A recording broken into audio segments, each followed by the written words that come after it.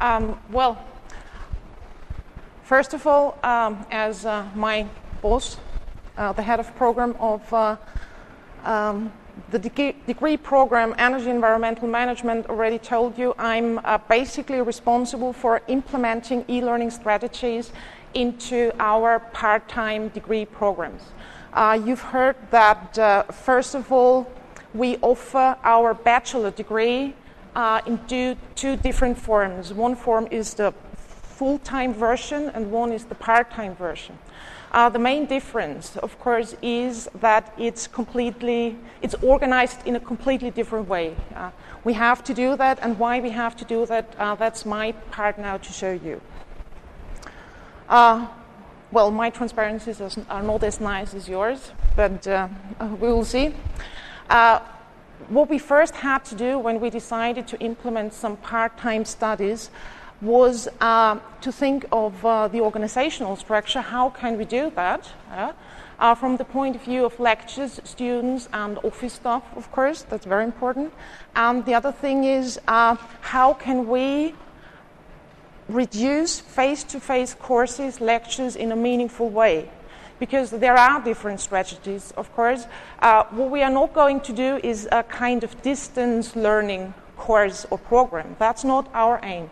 Our aim is to offer a program that is a good blend of face-to-face lectures on the campus and online, web-based, computer-aided modules, whatever you would like to call it.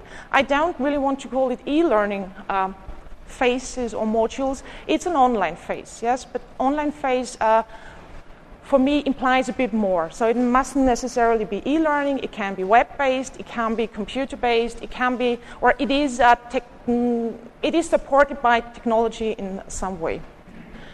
Good. The organizational design, first of all, implies, I just noted, see you at the weekend. We have to offer our courses at the weekend. We are not a big city or capital like Vienna, so we can't do courses in the evening. Yeah? We did it in former times with some courses preparing students for the university entrance examinations, but we can't do that with these programs, so we had to decide for the weekend courses. We usually start at about 2:30 p.m. on Fridays up to 9:30 in the evening, and students also have to be at the campus on Saturdays, usually all day long. Yeah?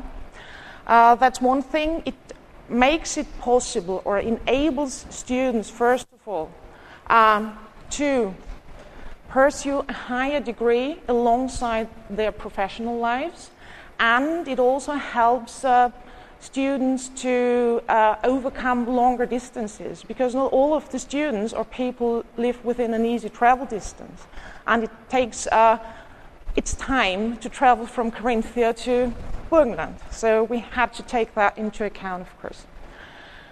Good. The next thing is, if you really have to work, full time, and you have to be here every weekend, that's impossible. It doesn't work. So we had to reduce the weekends. Let's say we had to reduce the number of weekends they actually have to be here. And so we decided basically for a number, which I think is quite reasonable, about a third. Yeah? That's our aim, a third. In some cases, it might be possible to reduce it even more. Yeah? So some programs reduce face-to-face courses up to 50%. Sometimes it works, sometimes it doesn't, but our strategy is let's start slowly. If it works, there can be more reductions, of course.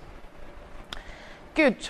Alongside those new organizational designs, of course, we have had to establish a new pedagogic approach. What we decided for is the blended learning approach, which is quite well known today.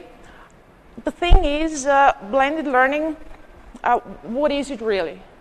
Because there are quite a lot of quite different definitions of what blended learning implies, and what it is basically for us. Blended learning is a good, let's call it good combination of face-to-face courses, online modules, furthermore, a good combination of different learning theories and pedagogic strategies, and finally, a good combination of different kinds of media. This can be printed material, a book, a script, a handout, whatever, and any sort of technology-based material. It can be a web link, it can be a real e-learning module, whatever. Good. What goes hand in hand with that blended learning approach is our modular curriculum, of course. So our degree programs, all part-time, all programs actually, so the full-time and part-time programs are organized in a modular way. So we have the program, we have modules which are defined in terms of competencies and skills students have to acquire. And then, of course, we have different lectures, courses, seminars, whatever. So there are different types of courses, of course, which make up the module. And to really implement a blended learning approach, you also have to decide for individual modules within the lecture. So it's not that easy. So you have a program, you have different modules, which are meant to teach certain competencies and skills. And then we have, of course, the individual lecture, which is also split into face-to-face modules and online modules. This, of course, implies that each lecturer, each university teacher, professor, whatever, has to think or rethink his teaching strategy. Because some are quite experienced and they do great lectures, but when it comes to do a blended learning thing, it might get a bit difficult because you're just not used to it. Because you have to think about what am I going to do in class? What am I going to tell my students in a lecture? What are we going to work on together? And what are they supposed to do at home? And the things they have to do at home, of course, you should consider carefully, because you have to provide material, you have to provide tasks, because what we expect is a sort of learning outcome. So the student will ask, what shall I do? Or why shall I do that? So you need some sort of learning outcome. Good. What we use to implement our blended learning or e-learning strategy is we need some sort of learning management system. What we decided for is a learning management system called Elias. I think all of you who already had the chance to compare systems or know about different platforms, you've definitely heard about it. It's an open source program, of course, but we don't run it on a server here. So it's we host it. So we pay for the technical bit, yeah. And what we are responsible for is the content, of course. So what is on the platform and what happens with the platform, that's our responsibility. Good. What do we need the platform for? First of all, it's a very important tool to inform students, information that concerns admin questions, marks for exams, whatever. And then, of course, information material for the lectures.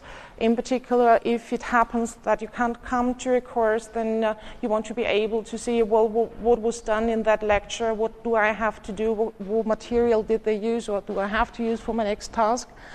So it's used to inform students, it's used to communicate with the students in any way. So students use it to communicate with the lecturers, with other students, with office, with the head of the programs, whatever. And of course, it enhances cognition, of course, because you have a chance to visualize things to make it more lively. I would like to call it like that. Good. I think the main problem with if you want to call it a problem. Most people say you should call it a challenge, is how do you get lecturers and students do it? Because you can't say just do it and it works, so you have to help them. And one thing is it requires a lot of commitment from the lecturers, so the lecturer has to be willing to do that, to prepare maybe extra material, to get used to the system, whatever. So it is a different thing, of course, and requires some more work. And it's also a question of motivation. So you also have to motivate students. Some people say, well, it's not our job to motivate students, but I think it partly is. How do I motivate a student to do this and to accept this whole approach? Good. One more. Before I'm going to show you how that learning management system basically works and what we use it for. Within the lifelong learning policy of the European Union, and I looked it up on the webpage, it says that lifelong learning is all learning activity undertaken throughout life with the aim of improving knowledge, skills and competence within a personal, civic, social and or employment-related perspective. And I think that's a very good definition, and we know that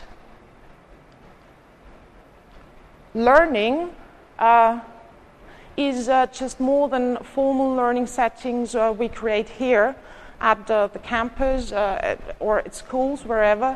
Learning is also informal learning at home, non-formal learning, whatever. And learning starts at preschool ages and stops at post-retirement ages. Yeah? So it's part of our lives. And I think with that part-time strategy, I can call it, it's also our task to supply learning or further learning possibilities for people who would like to get on in their career, to be promoted, to acquire academic degree, or just to inform themselves and learn new things about the field or area they're interested in. And I think that's also one thing that really helped to increase the acceptance of technical programs, also in Burgenland, because now there are many people who say, well, I was not willing to give up my job to start my studies in Pinkerfeld or Eisenstadt or wherever, but now I have the chance to do it. And many people, of course, seize the chance and are quite willing and motivated to do it because we provide the framework to make it possible, to realize the whole thing. Good. So let's see what the platform looks like.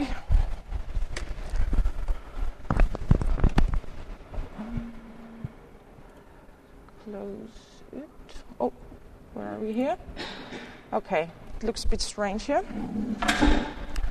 Okay, so basically it's a learning, LIAS is a learning management system, and what you can find on the platform is information material, whatever, concerning the different degree programs we offer. We have the Bachelor Energy Environmental Management. We have the Master Degree Program, Sustainable Energy Systems.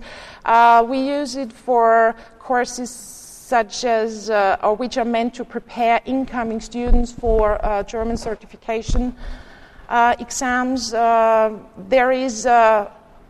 are, of course, areas which are restricted to certain people, like admins or heads or lecturers or students, because I think it's quite important not only to use it just to support your lectures or use it alongside your lectures or integrate it into your lectures.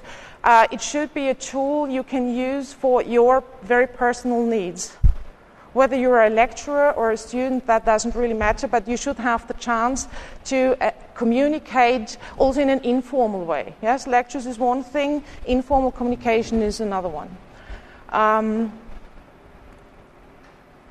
So we have the different programs. Let's take a close look into one of the programs, like Bachelor Energy Environmental Management. What students find here, for example, are questions and informations on the platform. Then they find the different lectures with whatever material and information is provided by the lecturers. There's an online library where they find useful links, and there's, of course, an admin area where they find where they find, let me see, documents they need. They can use forums to ask questions. They find the results of their exams there, and so on. And, of course, it contains things like glossaries where you can make sure you get it right. When do you have to take your exams? And so on, so you can read that. Yeah. Good. So that would be the whole degree program. What I can show you, it's an information and communication tool. Information is it's not only using files such as PowerPoint or Word. It also means that you can use chat tools. You can use a forum. And maybe what can I show you? As we talked about sustainable energies today, in a lecture you can use it, for example, for elective modules where you have different groups. You have case studies, and for each case study you've got descriptions. You can ask questions. There's a workspace where you can store things, communicate. What is on there, of course, is we help them with the structure, because students, of course, ask, or lectures where they say, well, it might be a good idea to do it like this or that. Could you please help? And what they do with it, what they use it for, so that's up to the students and the lecturers, so we can't force them really to do it. And what we find out, of course, is basically such a system is needed to get and to exchange information. Yeah. So loading, uploading, downloading files, communicating in forums, sometimes chats. These are the most common communication tools used. Yep. Good. Just thinking if there's anything important I forgot to tell you. Hope so. Too quick. Okay, good. For those who know the system, it's still version 3.5, and there have been 2 updates in between. The new one is expected by the end of next week, and of course, such a system develops, and there will be new things like an RSS feed, the possibility to be informed when there's something new on the platform, or maybe to import things onto the platform yourself. Yes, the thing is, you can't update too often, I would say, because a lecturer and a student need some time to get used to it. Yeah, and so I don't like to change things every. Well, let's say other year, but now it's a high time we updated the thing, and then of course it looks a bit different, but as soon as you're used to it, it won't be that difficult to adapt to the new version, I hope so. Maybe I can tell you next year. Basically, yeah, the thing is, the one who works most with it has least to tell about it, because you don't know where to start at. And if there are questions, if there's anything you want to know, I'm quite happy to answer your questions, because I saw there's some coffee and cakes. Yes, thanks for the attention. And talk to you later.